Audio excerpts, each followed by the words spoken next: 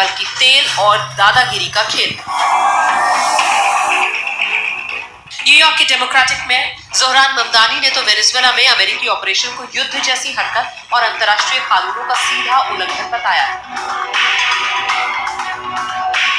Trump America की Democrat सरकारों की दुनिया के युद्धों में फिजूल की टांग अड़ाने पर खिंचाई करते रहे, लेकिन अब वो खुद भी उसी लकीर पर चलते दिख रहे हैं।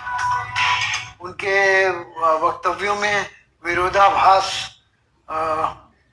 आम है। वो युद्धों को समाप्त करने की बात करते हैं, कहते हैं कि यूक्रेन का युद्ध वो एक दिन में बंद करा सकते हैं, वगैरह वगैरह। ऐसे दम्भी वक्तव्यों से को अमल में लाना काफ़ी मुश्किल होता है, और वो शांति पुरस्कार पाने के लिए जितनी हिंसा करते हैं वो सब कुछ पता है।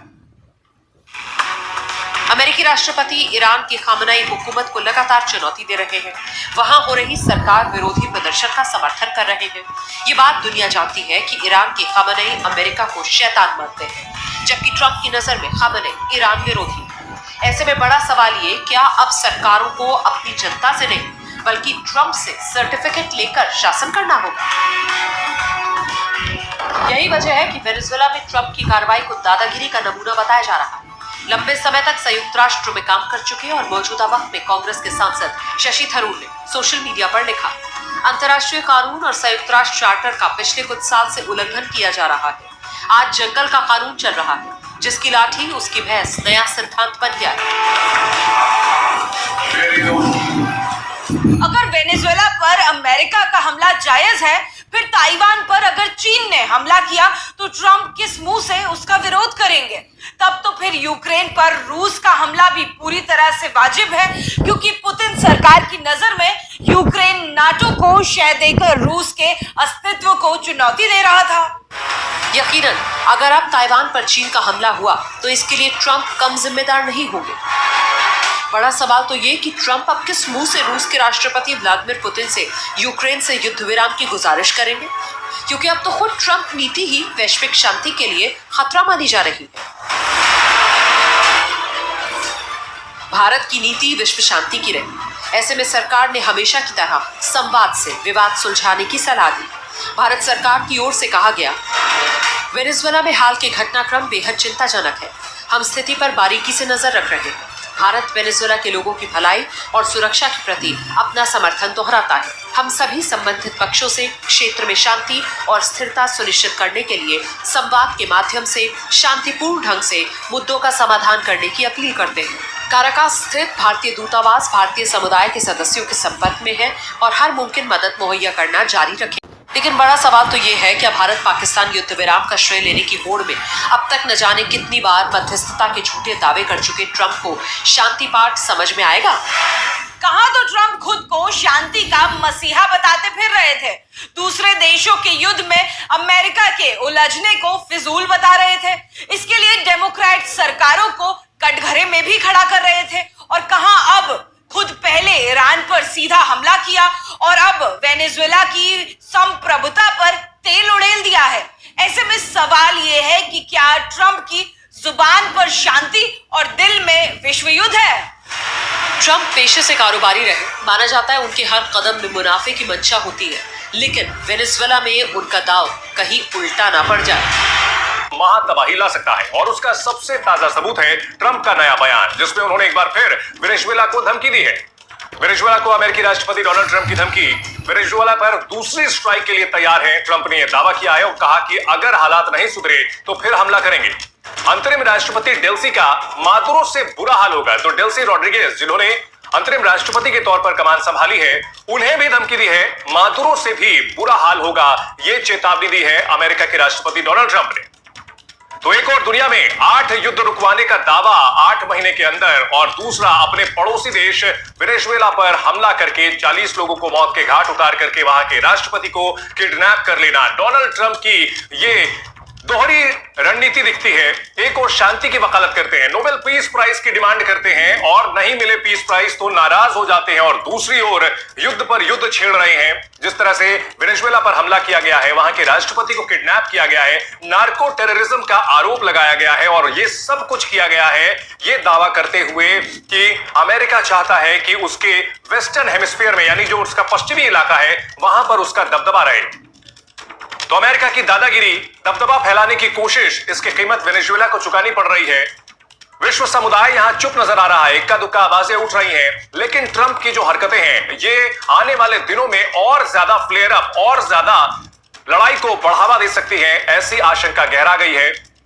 वेनेजुएला पर दूसरी स्ट्राइक के लिए तैयार है, ट्रंप का यह दावा है। वेनेजुएला को ड्रग्स का केंद्र बताया था, हालांकि रिपोर्ट्स ये बताती हैं कि मात्र 5% ड्रग्स जो अमेरिका में आता है वो वेनेजुएला से आता है, बल्कि मेक्सिको और कोलंबिया से कहीं ज्यादा ड्रग्स की सप्लाई अमेरिका में होती है। लेकिन चूंकि वेनेजुएला के पास दुनिया में तेल का, कच्चे तेल का सबसे बड़ा भंडार है जिस पर अमेरिका की नजर है, और उसी को लेकर ये पूरी कार्रवाई की गई है, ये पूरी दुनिया जानती है, ये एक ओपन सीक्रेट है। और लेकिन अभी भी वेनेजुएला को अमेरिकी राष्ट्रपति डोनाल्ड ट्रंप की धमकी का सिलसिला रुकने को तैयार नहीं है, दूसरी स्ट्राइक के लिए तैयार है, यह दावा किया है अमेरिकी राष्ट्रपति डोनाल्ड ट्रंप ने। ये अमेरिका की ओर से ईरान को भी चेतावनी दी गई है।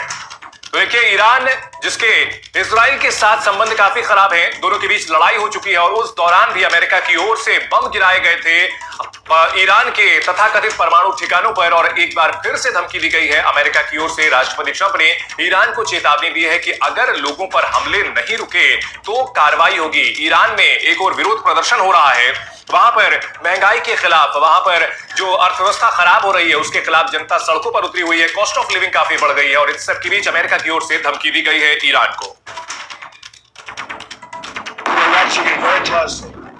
If they start killing people like they have in the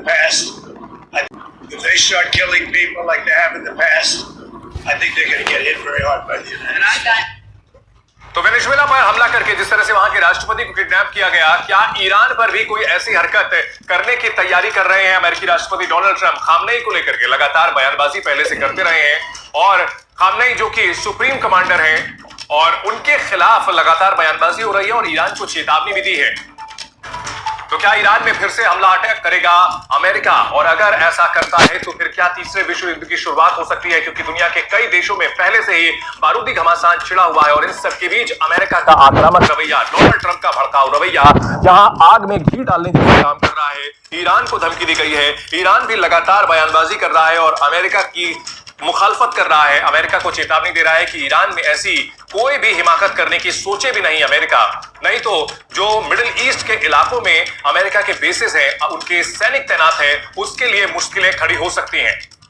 तो अमेरिकी राष्ट्रपति डोनाल्ड ट्रंप जो आए तो थे दुनिया में शांति बहाल करने का दावा करते हुए, दावा किया था यूक्रेन और रूस युद्ध को 1 हफ्ते के अंदर रुकवा देंगे, लेकिन 1 साल हो चुके उनको गद्दी पर बैठे हुए, लेकिन ना तो ईरान, ना तो यूक्रेन और रूस का युद्ध रुका है, बल्कि दुनिया में कई और मोर्चे खुले हुए हैं, कई जगह युद्ध के धौंसे बज रहे हैं, और ऐसे में आने वाले दिन काफी क्रूशियल हो सकते हैं, काफी चुनौतीपूर्ण हो सकते हैं, क्योंकि अमेरिका के राष्ट्रपति डोनाल्ड ट्रंप का आक्रामक भड़काऊ रवैया लगातार बना हुआ है। वेनेजुएला के अंदर घुस करके वहां के राष्ट्रपति को किडनैप किया गया, ईरान को धमकी दी जा रही है, कार्रवाई की धमकी दी जा रही है। किस तरह की कार्रवाई हो सकती है? क्या सीमित कार्रवाई होगी? क्या फुल फ्लेजेड एक्शन हो सकता है, जैसा कि इराक पर आज से 2 दशक पहले किया गया था? ऐसे में बड़ा सवाल यह उठ रहा है कि क्या रेजिम चेंज की जो पहल वेनेजुएला में की गई है, क्या ईरान में भी रेजिम चेंज की कोशिश कर सकता है अमेरिका? ये बड़ा सवाल है। रंगा दिखाया गया है। तो ग्रीनलैंड जिसको खरीदने का इरादा अमेरिका पहले ही जता चुका है, क्या अब उसके टारगेट पर हो सकता है? यह बड़ा सवाल है। अमेरिका के नए राष्ट्रपति जो डोनाल्ड ट्रंप है, पिछले 1 साल में न दोस्तों और न दुश्मनों में कोई लिहाज करते हैं, और भले ही ग्रीनलैंड का इलाका नॉर्वे के पास हो, और इन सब के बीच अब ग्रीनलैंड को जिस तरह से अमेरिका के नक्शे पर दिखाया गया है, इस पर बड़ा सवाल उठ रहा है। हमारे सहयोगी नीरज राजपूत हमारे साथ जुड़ चुके हैं। नीरज, वेनेजुएला में घुस करके एक्शन करना, ईरान को धमकी देना कार्रवाई की, और ग्रीनलैंड को एक करीबी के ओर से नक्शे में दिखाना अमेरिका के राष्ट्रपति डोनाल्ड ट्रंप के इरादे काफी आक्रामक दिख रहे हैं। हाँ बिल्कुल जैसा बिल्कुल ठीक कहा आपने। जिस तरह से वेनेजुएला में कार्रवाई की है अमेरिका ने, एक जो सर्बिक राष्ट्रपति है उनको वहां से किडनैप कर दिया, उनकी पत्नी को किडनैप कर दिया और अपने देश में ले गए सिर्फ नार्को टेररिज्म के आरोप में। अपने देश में जो उनके यहाँ पे जो ड्रग्स तस्करी हो रही थी उसको रोकने के नाकाम रहे तो दूसरे देश के राष्ट्रपति को उठाकर ले गए। अब क्योंकि पिछले हम जब से जो डोनाल्ड ट्रंप जो है राष्ट्रपति बने हैं तब से ही उनकी जो निगाह है वो ग्रीनलैंड पर है और वो अब खुद भी कह चुके हैं, ये तो उनके चीफ ऑफ स्टाफ की पत्नी है, वो खुद कई बार कह चुके हैं कि ग्रीनलैंड पर जो है वो अमेरिका का कब्जा होना चाहिए, अमेरिका के अधिकार होना चाहिए, जिसको लेकर जो डेनमार्क है उसको भी काफी परेशानियां खड़ी हुई हैं। और उन्होंने भी कहा कि जिस तरह से एक जो राष्ट्रपति अमेरिका का जिसके यूरोप के साथ अच्छे संबंध रहे हैं वो कैसे किसी देश के हिस्से को कह सकता है। दुश्मनों और दोस्तों में तो कोई भेद ही नहीं कर रहे नीरज। दुश्मनों और दोस्तों में दोनों पर नार्को टेरर का मुकदमा चलेगा। फिलहाल निकोलस